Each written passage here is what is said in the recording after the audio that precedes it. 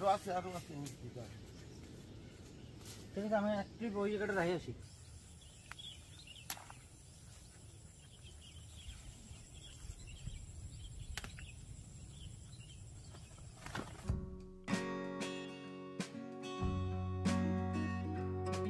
খুব সকালবেলায় আঁকা বাঁকা পথ ধরে কোনো একটা খেতে পৌঁছে যাওয়া, মানে গ্রামকে উপভোগ করতে যদি কেউ চায় তাহলে আমার মনে হয় সকালবেলাটাই কিন্তু একদম মোক্ষম সময়। এই মুহূর্তে কথা বলছি একটা পেঁপে ক্ষেত থেকে। দেখতে পাচ্ছ চারপাশে রয়েছে প্রচুর পেঁপে, এমনকি ছোট ছোট গাছে কি বিশাল বিশাল সমস্ত পেঁপে হয়ে রয়েছে, নিচেও প্রচুর পেঁপে পড়ে রয়েছে। তো এটা কিন্তু আন্দামানের নীলদ্বীপের একটা গ্রাম। তো এই গ্রামে কিভাবে চাষবাস করে, এখানে কি কি ক্ষেত রয়েছে, সেগুলি তোমাদেরকে সব ঘুরে দেখাবো। আমরা বেশিরভাগই আন্দামানের নীলদ্বীপকে চিনি তার নীলচে সবুজ জল, সাদা বালু, খালি চোখে রঙিন মাছ, জীবন্ত প্রবাল দেখা আর বিখ্যাত সেই হাওড়া ব্রিজ মানে ন্যাচারাল ব্রিজের দৌলতে। কিন্তু এই নীলদ্বীপ যা বর্তমানে শহীদ দ্বীপ নামে পরিচিত, সেখানেও যে রয়েছে গ্রাম এবং সেই গ্রাম্য পরিবেশ অতি মনোমুগ্ধকর বৈচিত্র্যতায় ভরা, তা আমরা কতজনই বা জানি। আসলে আমার মনে হয় কোনো জায়গাকে ভালো করে চিনতেই বা জানতে হলে পায়ে হেঁটে স্থানীয় মানুষদের সাথে কথোপকথনের মাধ্যমেই ভালো করে এক্সপ্লোর করা যায়। তাই চলো আজ পায়ে হেঁটেই ঘুরে দেখি এই নীলদ্বীপের গ্রাম্য পরিবেশ এবং কি কি চাষবাস হয় এখানে। দেখো তো আদৌ কোনো মিল খুঁজে পাও কিনা। এই দ্বীপে এরা কিন্তু সাধারণত দু রকমভাবে চাষ করে। একটা হলো বাগিচা চাষ, যেটা হলো একটু উঁচু জায়গা, এরা সেগুলোকে সাধারণত পাহাড় বলে। তো সেই উঁচু জায়গায় আম, জাম, কাঁঠাল, সুপুরি, নারকেলের চাষ করে। আরেকটা হলো যেটা সমতল জায়গা, তো সেইখানে এরা করে ফসলের চাষ। সেখানে ধান চাষ হয়, বিভিন্ন সবজি যেমন ভেন্ডি, লঙ্কা, উচ্ছে ইত্যাদি বিভিন্ন সবজির কিন্তু চাষবাস করে। যদিও এখন ট্যুরিজমের দৌলতে এরা অনেকেই চাষবাস তেমন একটা করে না, ট্যুরিজমটাই বেশি করে, সেই দিকেই বেশি নজর দেয়, তার কারণ সেখান থেকে সহজে তারা প্রচুর টাকা রোজগার করতে পারে। তো যাই হোক, কিন্তু তাও কিছু মানুষ এখনও এই দ্বীপে রয়েছে যারা কিন্তু এই সমস্ত চাষবাসগুলি করে, এবং এই সমস্ত জিনিস কিন্তু তারা নীলদ্বীপে যেমন বিক্রি করে তেমনি চলে যায় পোর্ট ব্লেয়ারে, সেখান থেকে অনেক সময় যায় কিন্তু মেনল্যান্ডে।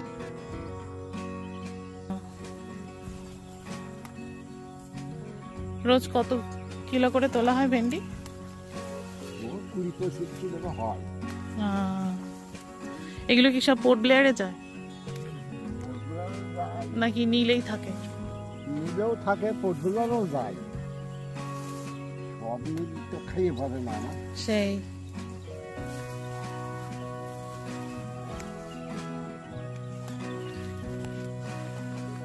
কটার থেকে তোলা শুরু করেন আপনারা? এখন থেকে 10টা।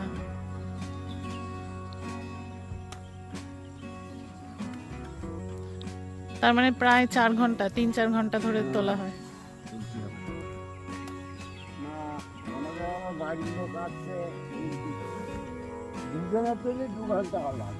আচ্ছা আচ্ছা।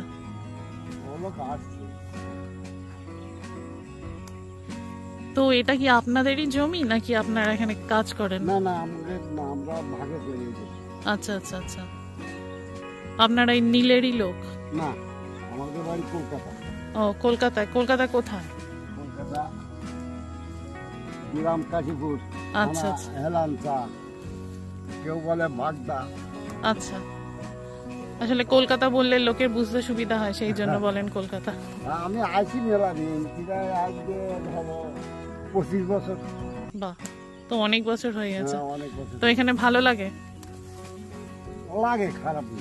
আচ্ছা আচ্ছা। মেনল্যান্ডে যাওয়া হয় মাঝে মাঝে? হ্যাঁ, মেনল্যান্ডে যাই। এবারে যে নাতিদের বিয়ে থবা দিয়ে আসলাম। আচ্ছা। আবার চলে আসলাম।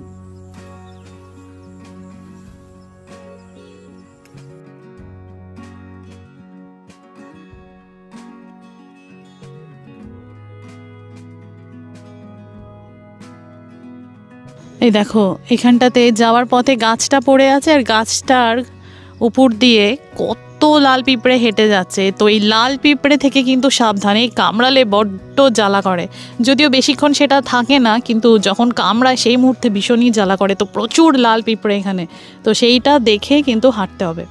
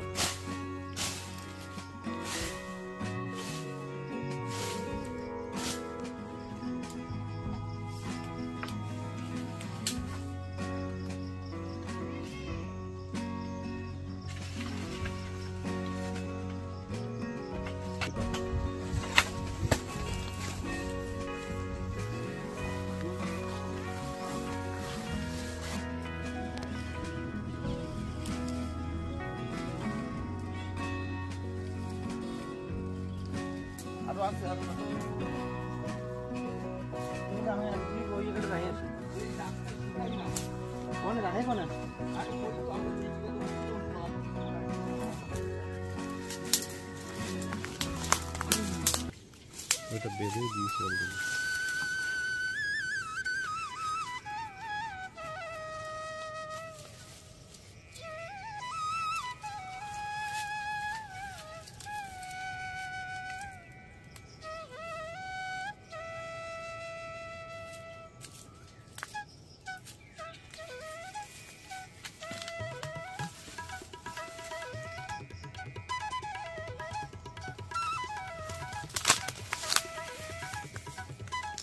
বড্ড ছোট করে দিয়েছি।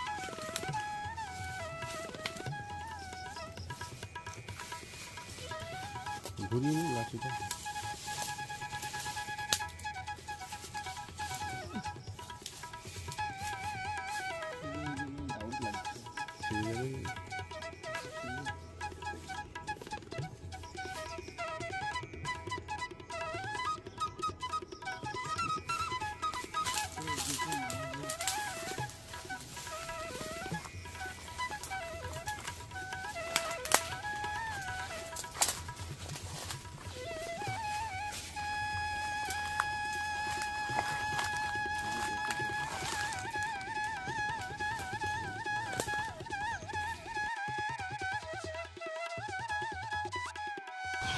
এখানে চাষ হয়েছে ঝিঙে, দেখো কত ঝিঙে চাষ হচ্ছে। এবং মাচাতেই কিন্তু তারা এগুলো সব চাষ করেছে। দেখো ঝিঙেগুলো, আবার ঝিঙে কিছু আবার ঝুলছেও মাচার মধ্যে থেকে।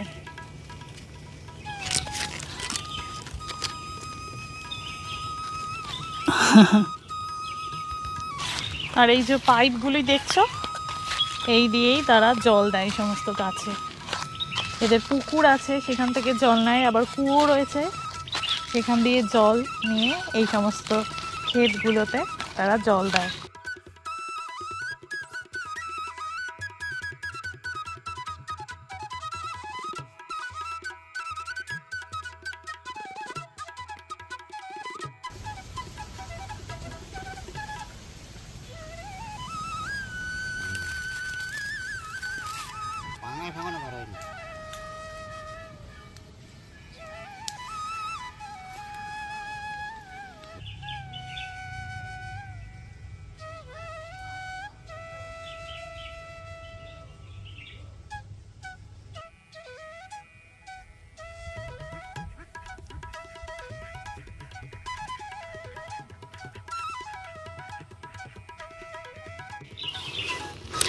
এই হলো গ্রামের বাড়ি, দেখতে পাচ্ছ সেই ঝুপড়ি মতো বাড়ি, নারকেলের পাতা দিয়ে এর ছাউনি করা। আবার এদিকে রয়েছে তোমার টিনের ছাউনি দেওয়া, জামা কাপড় শুকোচ্ছে।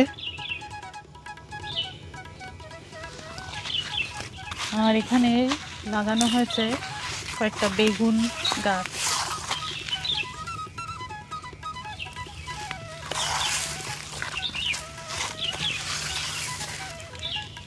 বেগুন ফুল ফুটেছে, কি সুন্দর দেখতে।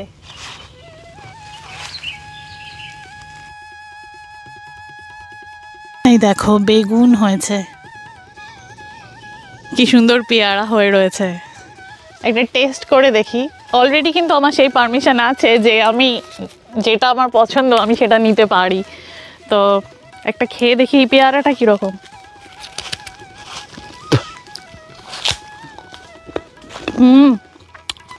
দারুণ দারুণ। চলো পেয়ারা খেতে খেতে আরও এগিয়ে যাই, দেখি কি কি আছে। এই শুকনো পাতাগুলো পড়ে রয়েছে, এর উপর দিয়ে হাঁটলে বেশ খচর মচর আওয়াজ হচ্ছে, তো বেশ ভালোই লাগছে। কিন্তু মানে প্রকৃতির এক অদ্ভুত সুন্দর আর কি দৃশ্য, সেগুলোই উপভোগ করছি। প্রকৃতি যে কতটা সুন্দর সেটা গ্রামে আসলেই উপভোগ করা যায়। ওই দেখো ওই গাছটাতে সুপুরি পেয়ে গেছে কত। এই জায়গাটা দেখো কি সুন্দর, চমৎকার দৃশ্য। এখানে গাছগুলির ফাঁক দিয়ে সূর্যের আলো এসে পড়ছে, কি দারুণ।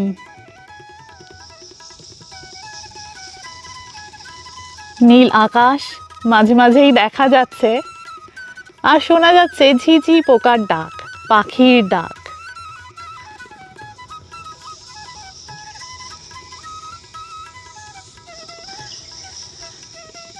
দেখো নিচটাও কত পরিষ্কার পরিচ্ছন্ন করে রাখা, হেঁটে যাওয়ার জন্য রাস্তাও রয়েছে। এত বিশাল বাগিচা কিন্তু কি সুন্দর মেনটেন করেছে। মানে আমাদের একটা ধারণা ছিল যে অস্ট্রেলিয়াতে মানে উন্নত দেশগুলিতে সেখানেই রীতিমতো সব কিছু মেনটেন করে রাখা হয়, কিন্তু আজকে এইখানটাতে এসে এই সমস্ত দেখে কিন্তু সত্যি অবাক হচ্ছি। মানে এত বড় ক্ষেত, এত বড় বাগিচা, সেগুলোকে এত সুন্দর করে এরা মেনটেন করে রেখেছে। দেখো বেশ কিন্তু যথেষ্ট পরিষ্কার পরিচ্ছন্ন এই জায়গাটা, এবং রীতিমতো মানে তুমি উঠে যেতে পারবে। সাপ খোপের ভয় যে নেই তা কিন্তু একদমই নয়, সেসবও রয়েছে। তো সেটাও আমাকে বলা হয়েছে, তবে এটা বলেছে তারা যে সেই সব কিন্তু এখন খুবই কম। আগে যে হারে ছিল সেই তুলনায় এখন কিন্তু সাপ বলো কিংবা অন্যান্য পোকামাকড় এখন অনেকটা কমই দেখতে পাওয়া যায়। এখানে দেখো কত সুপুরি পড়ে রয়েছে। তো এইগুলো, এই যে সুপুরির যে স্কিনগুলো বা ছিলকা, তার মধ্যে যে রসটা থাকে সেটাই বাদুড়ে সাধারণত খায়, এবং সেই সময় এই সুপুরিগুলো কিন্তু সব নিচে পড়েছে, কিন্তু ভিতরে যে অ্যাকচুয়াল যে নাট বা যে সুপুরিটা সেটা কিন্তু ইনট্যাক্ট রয়েছে। তো লোকজন পরে আসবে যারা মানে ক্ষেতগুলোতে কাজ করে, তারা এসে এগুলো সব কালেক্ট করে নিয়ে যাবে। দেখো কত সুপুরি গাছ, এবং কি বিশাল লম্বা লম্বা সুপুরি গাছ। কোনোটা আবার বেঁকে গেছে, যেহেতু সাইক্লোন হয় মাঝে সাঝেই, তো তার ফলে গাছগুলো এদিক ওদিক হেলতে থাকে, এবং তার ফলে কোনোটা কাত হয়েও গেছে।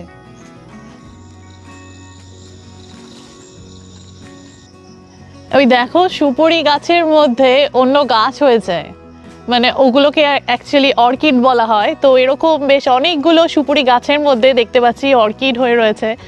হয়তো কখনো হাওয়ার সাথে বীজগুলো উড়ে এসেছে, নইলে কোনো পাখির অবদান হবে এগুলি, তো যার ফলে এই অর্কিডগুলো হয়েছে। এবং অর্কিডের ফুল কিন্তু খুব সুন্দর হয়, সে তো আমরা অনেকেই জানি, তবে সব সময় সব অর্কিডে যে সুন্দর ফুল হয় তাও কিন্তু নয়। তো যাই হোক, এটা কিন্তু দারুণ লাগছে দেখতে। এখানে বেশ কয়েকটা সুপুরি গাছের মধ্যে এরকম হয়ে রয়েছে।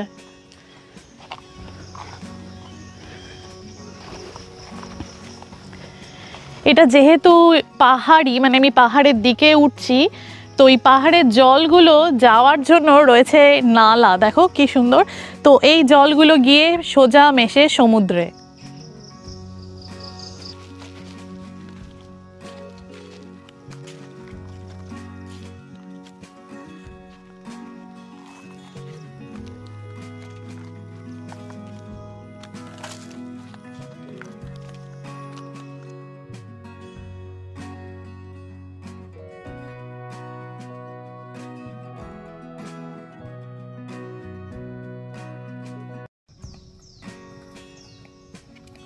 এই দেখো সুপুরিগুলো অ্যাকচুয়ালি কীরকম সাইজের এখানে। তো এই একটা পেলাম নিচে পড়ে রয়েছে। বাংলাদেশে আমি জানি না লোকে এখনও কতটা পান সুপুরি খায়।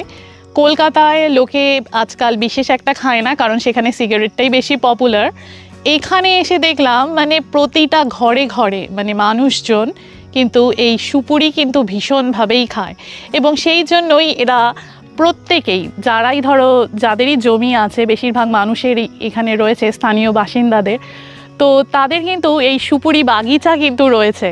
তার কারণ তারা নিজেদের ব্যবহারের জন্য যেমন সুপুরি গাছ লাগায়, তেমনি সেগুলো বিক্রি করে অর্থ উপার্জনের জন্য কিন্তু তাদের জীবিকার জন্য কিন্তু তারা এই সমস্ত সুপুরি গাছ লাগায়।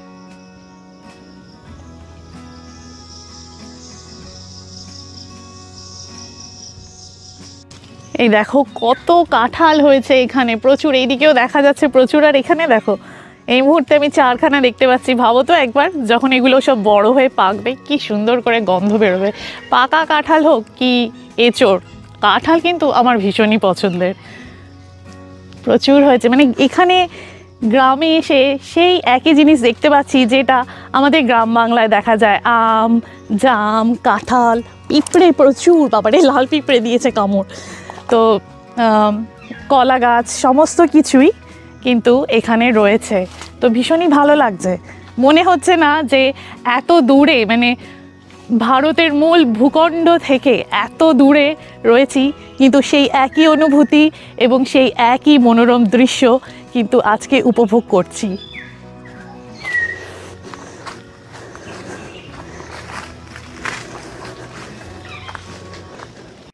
ভারতের মূল ভূখণ্ড থেকে এত দূরে ছোট্ট একটা দ্বীপ হলে কি হবে, এখানেও ধান চাষ হয়।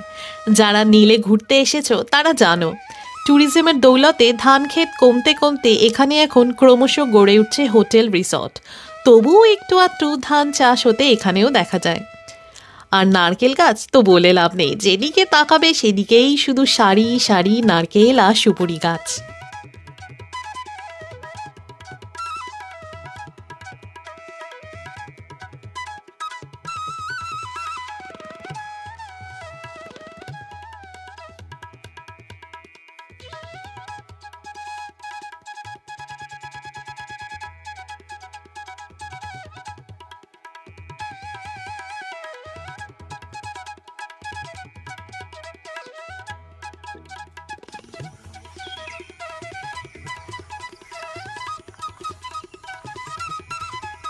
পেঁপের ভাড়ে যাতে গাছগুলো মাটিতে পড়ে না যায়, তাই যেমন বাঁশ দিয়ে ঠেকা দেওয়া, তেমনি আবার মই লাগানো রয়েছে পেঁপে পাড়ার জন্য।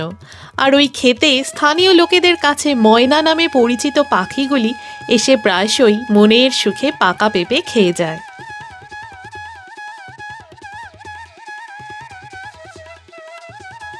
গাছগুলো আমার থেকে কোনোটা বিশাল বড়, কোনোটা আমার থেকেও ছোট, আবার কোনোটা আমার সাইজেরও, কিন্তু সেই সমস্ত গাছে এত বড় বড় পেঁপে হয়ে রয়েছে। যদিও এগুলো হাইব্রিড পেঁপে, কিন্তু এত বড় বড় পেঁপে মানে ভাবা যায় না। দেখো কি বিশাল বড় বড় পেঁপেগুলি, এবং শুধু যে গাছে হয়ে রয়েছে তাও নয়, নিচে পড়েও রয়েছে, পড়ে পড়ে নষ্টও হচ্ছে। আসলে বেশি হলে যা হয়, আমাদের মনে হয় এগুলো যদি আমরা পেতাম তাহলে আর কথাই ছিল না। বাজারে কিনতে গেলে কত দাম নেবে এইগুলির না জানি, অথচ দেখো এখানে কত হয়ে রয়েছে। তো চলো আর একটু এগিয়ে যাই, গিয়ে দেখি আর কি কি ক্ষেত এদের রয়েছে। এই দেখো এইখানে যে গাছগুলো দেখতে পাচ্ছ, এইগুলো কিন্তু সব আদা গাছ, আদা চাষ হয়েছে।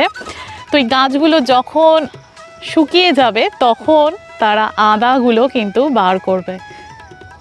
গাছগুলো শুকিয়ে মরে গেলে তখন সেখান থেকে বার করা হবে আদা। এগুলো সব এখন মাটির নিচে রয়েছে।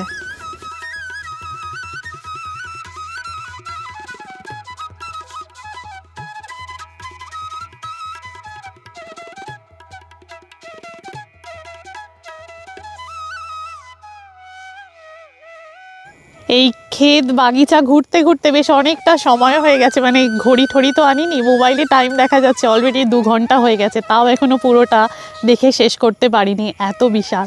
তো যাই হোক, তোমাদের এই ব্লগটা কীরকম লাগলো জানাতে একদম ভুলো না। আর এরকম সুন্দর সুন্দর ব্লগ দেখতে হলে সঙ্গে অবশ্যই থেকো। আর হ্যাঁ, এর পরের ব্লগে তোমাদের দেখাবো এখানকার গ্রাম্য জীবনটা ঠিক কীরকম, কীভাবে লোকজন থাকে, কি কি করে। তো সেই সমস্ত যদি জানতে চাও তাহলে সঙ্গে থেকো। সবাই খুব ভালো থেকো। আজ এখানে এখানেই শেষ করছি আমি, ডক্টর তৃষা। খুব শিগগিরই দেখা হচ্ছে নতুন আরেকটা ব্লগে। আর এই পেঁপেটা নিয়ে যাচ্ছি, যখন পাকবে তখন খাবো এই পাকা পেঁপে।